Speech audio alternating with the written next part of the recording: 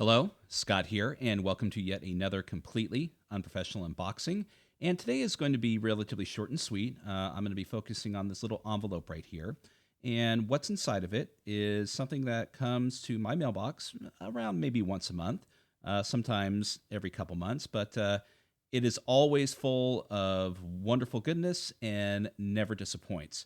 And so I would like to just put a spotlight on this and kind of, see if I might be able to get some more people his way. I'm really not too sure how his Patreon is doing. I haven't checked it lately. But anyways, as normal, I digress in a very unprofessional manner as I do. So without further delay, I'm just going to go ahead and open this up, and we'll describe it as we go along. So trusty Coleman steak knife, and looking at my monitor here, I'm still getting used to this to make sure everything is front and center. It sure is. And I, don't need it for this, but, what the hey? Ugh, there we go. And, oh, God, maybe I do need it. This thing is sealed tight. So what this is an envelope that you get for signing up for one Gothridge Manor's Tim Short's Patreon.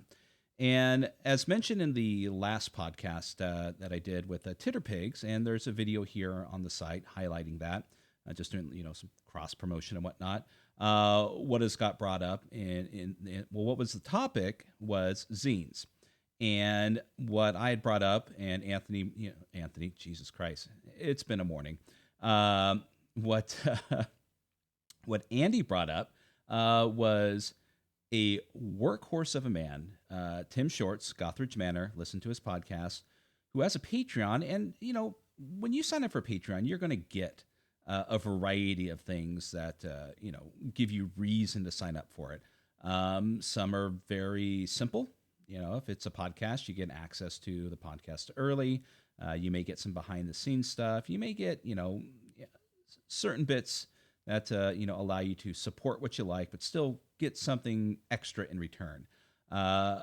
This, though, to me, goes above and beyond what that is, and it's a little bit more than your average Patreon. But good Lord, Tim is a machine when it comes to this stuff, and it is all fantastic. It is all usable, and it is something that if you're looking to supplement your fantasy game. I mean, Tim focuses on things that are OSR, D&D, somewhat fantasy centric.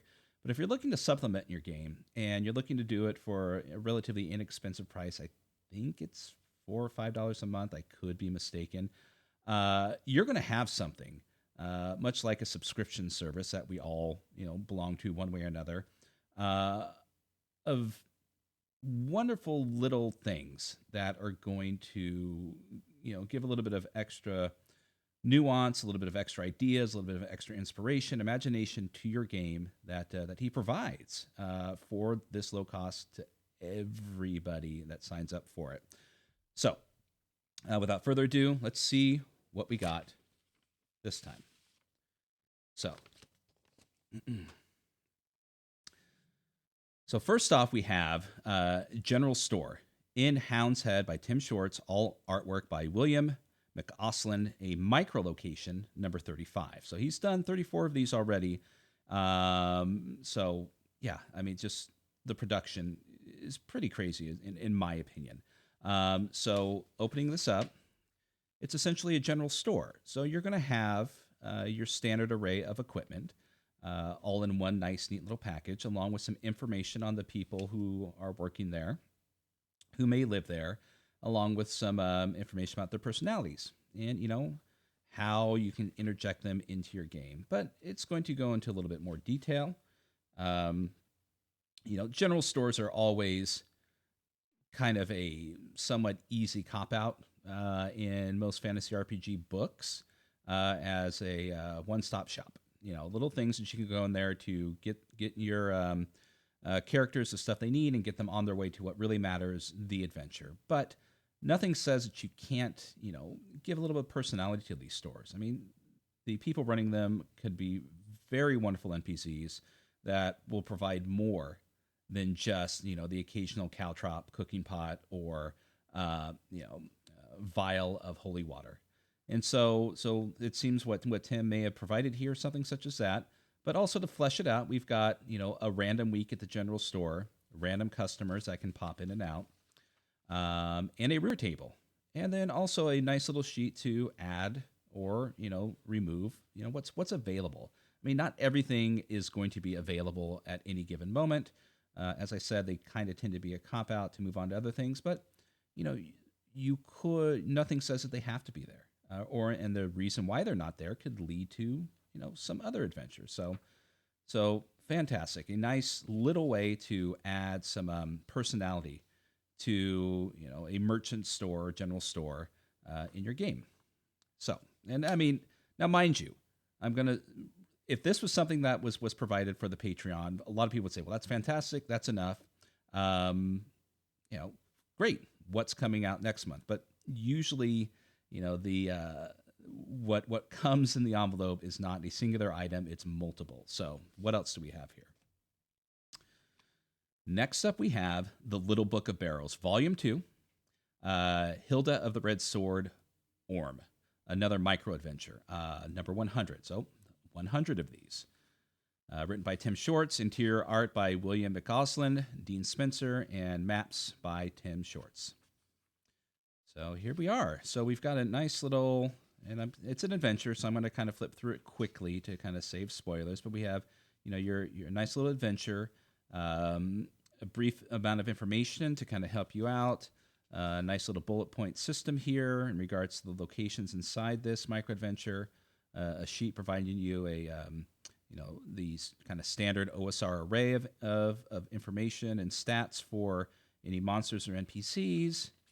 A little sidebar there, and carrying on, we have another map of the Orm with more information. Nothing overly drawn out or descriptive, just enough to give you a lead to or a push off point, and you can add it from there. And there we go. Simple. 100 of these. How awesome is that? That at any given point in time, you could have a 100 of these little things sitting on your shelf that you probably just pull at any given point in time, or grab a little stack of them and go through them to see if it fits where you're currently at. If you're running short of ideas, or even pool them together for one large situation or scenario. All right. So next up, we have the Growling Mage Tavern, another micro location, number 36. So we got two. We've got a general store with some personality tossed in, and then we have now a tavern. Written by Tim Shorts, artwork by William McCausland again, and map by Tim Shorts. So 12 pages. So we've got a wonderful little map of the location here.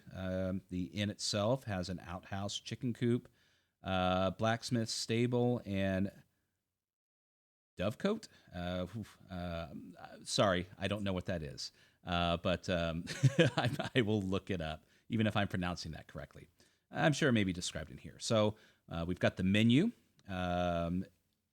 We've got a description of the average night in the inn, adventuring equipment that they might have.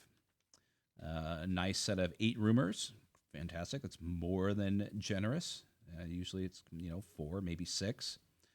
Description of the key areas in there: chicken coop and dovecote. There are 2 tended by Jolene Johnny Cakes. There are 30 chicken. Okay, so it's a chicken coop and an area to store doves. I'm a California boy. These are things that my dad would probably know about growing up in the Midwest. So, a description of the staff here. We've got 1, 2, 3, 4, 5, 6, 7 people. Seven wonderful NPCs that you can focus on all of them or one while you're there. And then a set of D6 random events that can occur while you're there to help you flesh out the Growling Mage Tavern. Finally, we have a continuation of his variety of NPCs Tim does. I have not been a Patreon member of his since his inception, so there's several NPC cards prior to what I have, but I've got a good stack of them, and they run the gambit. Once again, to have a nice stack of these that you can just grab randomly 3, 4, 5 of them, whatever you need. See if they fit what you're currently working with, and add to them as you see fit. If they fit perfectly, you're off and running, off to the races with them. But they're there to provide ease of prep, and this is what I love. I mean, once again, it's laminated and cut, and this is number 37, and they're NPCs, they're monsters, they're characters, they're a variety of things, just an eclectic mix. And as you can see, they're wonderfully detailed. Not just a picture and stats and a paragraph, but there's extra information. They do run the gambit as to their a variety of skills and what they're going to do for your ongoing campaign. But once again, just a nice little well to draw from. And I mean, so this, and this came in a single envelope, and usually once a month. Obviously, we all have lives to live and things occur. And Tim, he does a podcast. He obviously is running games and whatnot. We all have to pull ourselves a little bit thin when it comes to multiple things that we're involved in our lives. But other than a small period of time when life intervenes, this has been pretty much a monthly service that Tim provides. And I'll be perfectly honest that during the lockdown months, or I should say years, when we were pretty much stuck at home, these were still showing up with in a relative frequent manner, and it was a light in an otherwise gray tunnel of despair and dismay in the early months and in the early months and year of the COVID lockdown. That when this arrived in the mail, it was like, fantastic. I've got something to distract me from all the other horrible things going on in the world. And they just, it was just, a treat, a wonderful treat. And I think I've been doing this for over a year now. So I've got this wonderful little section on my shelf of stuff provided by Tim that, I could go to at any time. And I know I keep reiterating that and saying the same thing over and over again, but, this isn't scripted. But so there you go. So this is what you're going to get when you sign up for the full Patreon membership, Tim. I am not getting paid for this, nor is this really a solicitation. I'm just pointing out what a wonderful person Tim does to go above and beyond what we would deem necessary for someone who already does a podcast, and Patreon is a way to thank him for the work he does there, and yet he still continues to give and give and give. So if you're not familiar with him, I'll have the information in the notes below. You can obviously search for Gothridge Manor online or at any one of your one of your podcast slingers that you prefer to go to. Search for Gothridge Manor. Listen to his podcast. If you have a couple extra shekels, sign up for his Patreon. It is more than worth its weight in gold pieces, what he provides to you. So with that, I am Scott. This has been yet another completely unprofessional unboxing. If you get a moment, check out my podcast that I co-host with Keith from rollingboxcars.com. Check out his website also for RPG news, reviews, and other bits and pieces and whatnot.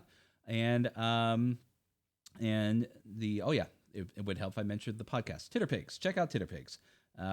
We still have our most recent podcast up is Andy Markham, and we talk about zines. And head to our YouTube little channel we have, because this was our first video podcast, as Andy had a wonderful amount of old school zines to show us during this time, and didn't even touch the surface of the collection that he has. So everyone, take care, have a wonderful day, and keep on gaming.